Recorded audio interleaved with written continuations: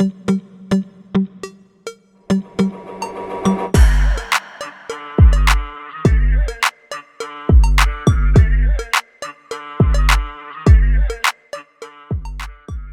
वालेकुम व्यूअर्स, आज एक और मालूमाती वीडियो के साथ आपकी खिदमत में हाज़िर है। हमने एक सिलसिला स्टार्ट किया था कि आपने लव बर्ड्स फार्मिंग या किसी बर्ड्स की फार्मिंग जो है वो स्टार्ट करनी है तो कैसे करनी है। तो उसके लिए हमने आपको पिछली वीडियोस बनाई, उससे लिंक मौजूद होगा वीडियो के साथ, वो आप वीडियो देख लीजिएगा ताकि उससे जो है वो मज़ीद आप लर्न कर सकें। अब ये वीडियो में सबसे पहले जो सवालात लोगों के आते हैं वो ये होता है कि हम कितना इन्वेस्ट करें। तो इसका एक आंसर ये है मुख्तसर सा कि लव बर्ड में आप जितना इन्वेस्ट करेंगे इंशाल्लाह ताला 1 साल के अंदर अंदर अगर मेरे रब ने चाहा तो वो आपको रिटर्न हो जाएगा आफ्टर ब्रीडिंग। यानी ये मैं क्यों कह रहा हूँ आफ्टर ब्रीडिंग, वो इसलिए कहना चाह रहा हूँ मैं आपको क्योंकि जो आप बर्ड लेंगे वो तकरीबन ब्रीड के काबिल होते होते जो है वो तकरीबन साल का टाइम ले जाते हैं। इट मीन्स अगर आप दिसंबर और जनवरी में जो फ़र्स्ट क्लच लोगों के पास आएंगे तो वो अगर आप परचेज़ करेंगे तो देन ये है कि वो बर्ड आपके पास जाके नेक्स्ट सीज़न में सितंबर अक्टूबर तक तैयार हो जाएगा। इट मीन्स वो आपके पास 9 से 10 महीने लेगा। तो इस साल इन दिनों में आपके पास जो है ब्रीड इंशाल्लाह स्टार्ट होगी। तो 1 साल के बाद आपके पास फ़र्स्ट क्लच आएगा। यानी 1 साल के बाद जब आपके पास पहला क्लच आएगा तो अल्हम्दुलिल्लाह अल्लाह पाक करम फरमाएंगे इंशाअल्लाह ताला। खालिक रब की ज़ात है, रिस्क भी अल्लाह पाक की ज़ात ने देना, आपका यकीन जो है वो पुख्ता होना चाहिए। तो इंशाअल्लाह ताला जो है फ़र्स्ट क्लच से ही अगर आपके पास एग ले कर देते हैं मतलब बर्ड्स, तो इंशाअल्लाह ताला आपका जो इन्वेस्टमेंट है ना वो 50% रिटर्न हो जाएगी। ठीक है जी। तो अब उस इन्वेस्टमेंट आपने कितनी करनी है, कैसे करनी है, ये आपने ख़ुद देखना है। आपने अपनी जेब को देखना है कि आप कितना इन्वेस्ट कर सकते हैं, किस तरह बर्ड्स को लेके चलना है।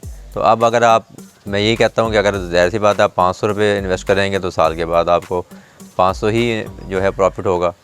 तो आप टाइम भी दे रहे हैं एक चीज़ को और फिर इतना कम आप इन्वेस्ट कर रहे हैं तो इससे बेहतर है फिर आप करें ही ना। क्योंकि बहुत से लोग मुझे ये भी कहते हैं कि फिर हम सिर्फ 500 स्टार्ट कर लें, 10,000 से कर लें। देखें वो आपके पास आपका अपना बजट है और उस बजट में रहते हुए आपने जो है ना वो बर्ड्स जो है वो लेने हैं।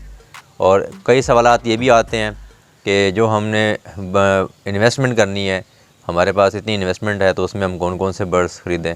तो इसमें भी फिर आपने जो है हमारी वीडियोस को देख के ख़ुद से सिलेक्शन करनी है कि आप कौन से बर्ड रख सकते हैं और कौन से बर्ड्स आपको रखने चाहिए। लेकिन ये बात आप ज़रूर ध्यान में रखें कि जब भी आप इन्वेस्टमेंट करने जा रहे हैं बर्ड्स के अंदर तो सबसे पहले ये देखें कि आपके पास एक रूम होना चाहिए जिसके अंदर आप बर्ड्स रख सकें। ठीक है जी। अब वो रूम कितना बड़ा होना चाहिए, इसमें कोई मतलब है कि कोई रूल नहीं है, कोई कानून नहीं है। रूम छोटा या बड़ा हो, एक ऐसा रूम आपके पास होना चाहिए जिसमें एक तरफ से हवा इंटर हो, दूसरी तरफ से आउट हो जाए। अगर उसमें एक तरफ अगर विंडो लगी हुई है तो दूसरी तरफ एग्जॉस्ट भी आप लगा सकते हैं।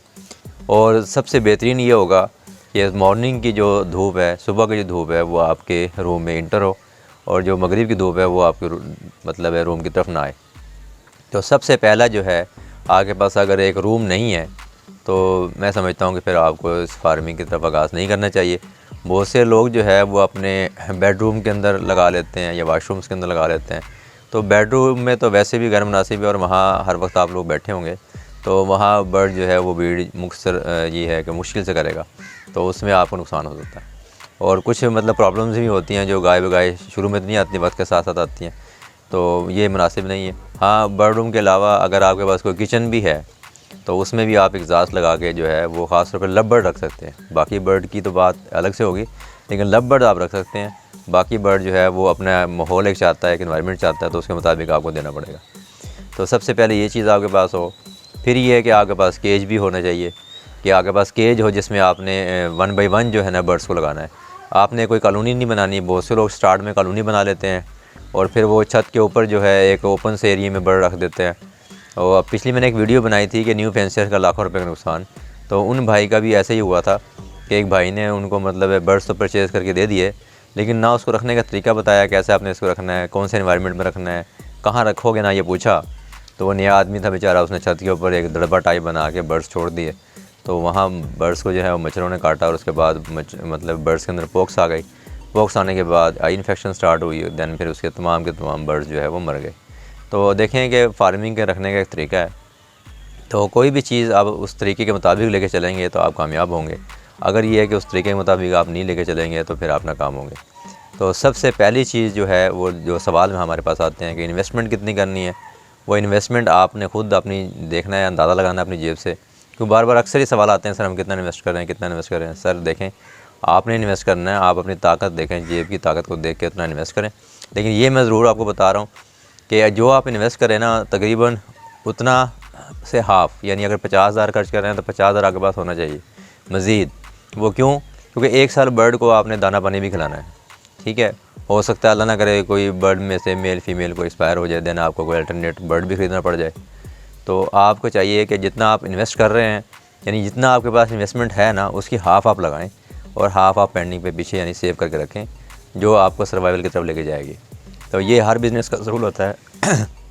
अक्सर जो लोग होते हैं वो एक ही मतलब है कि जो इन्वेस्टमेंट होती है पूरी लगा के बैठ जाते हैं किसी भी बिज़नेस में, और अल्लाह ना करे वो जो कारोबार उनके लिए फ़र्स्ट टाइम होता है तो देन फिर वो उसमें मसाइल का शिकार हो जाते हैं। तो आपके लिए कोई भी बिज़नेस हो, सिर्फ बर्ड्स का नहीं, तो सर्वाइवल के लिए ना पीछे बैकअप पे आपका सरमाया होना चाहिए, इन्वेस्टमेंट आपकी होनी चाहिए। और अगर वो नहीं है तो फिर आपको मसाइल पैदा हो सकते हैं। तो इसी तरीके से आपको चाहिए कि जो भी आप इन्वेस्ट करना चाहें, जितनी आपकी ताकत है, तो उसका हाफ़ आपके पास जो है वो सेविंग में हो, यानी कह सकते हैं कि बैक एंड पे होना चाहिए। बाकी मज़ीद बातें वक्त के साथ साथ हम करते रहेंगे। तो ये सवाल अक्सर पूछा जाता है, तो इसलिए मैंने इस वीडियो में इसका जवाब देना मुनासिब समझा और आपको इसका जवाब दिया। और नेक्स्ट वीडियो में इंशाल्लाह ताला आपके बाकी सवालात के जवाब देंगे। ये बेसिकली जब भी कोई आता है, कॉल्स आती है या व्हाट्सएप पे आता है, तो कॉमनली लोगों का ना सबसे पहला सवाल ये होता है।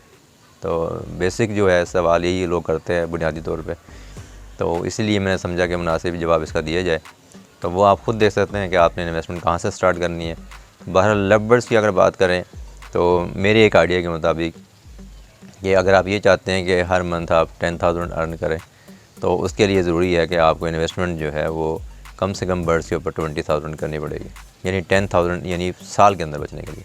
अगर आप पर मंथ चाहते हैं कि 10,000 आपको बच जाए, तो 12 महीने में 1,20,000 रुपये बनता है। तो देन फिर ये है कि आपको कम से कम जो है वो 1,20,000 इन्वेस्ट करना पड़ेगा। तो आप ये देख लें कि आपका घर का महीने का ख़र्चा कितना है और उसको कैसे आपने रन करना है, तो उस खर्चे को देख के फिर आप इन्वेस्टमेंट कर सकते हैं। तो अगर आप ये चाहते हैं कि जी मैंने 10,000 इन्वेस्ट करना है, तो फिर यही है कि साल के बाद जब आप उसकी एवरेज निकालेंगे तो आपको 1,000 रुपये ही पर मंथ बचेगा। तो अब ये चीज़ें सोच के फिर आपने ख़ुद इन्वेस्ट करना है कि आपने किस तरीके से आगे लेके चलना है। बाकी इसमें नफ़ा नुकसान भी है, जिसके चांसेस जो है वो तकरीबन 10 to 20% होते हैं। बाकी सब कुछ अल्लाह के हाथ में है, या रिस्क अल्लाह पाक ने देना है। तो अल्लाह पे यकीन करें और कोशिश करें, इंशाअल्लाह ताला आपको इस बिज़नेस से, इस हॉबी से आपको इंशाअल्लाह ताला फ़ायदा होगा। मिलेंगे नेक्स्ट वीडियो में, तब तक के लिए इजाज़त दीजिए। अल्लाह हाफ़िज़।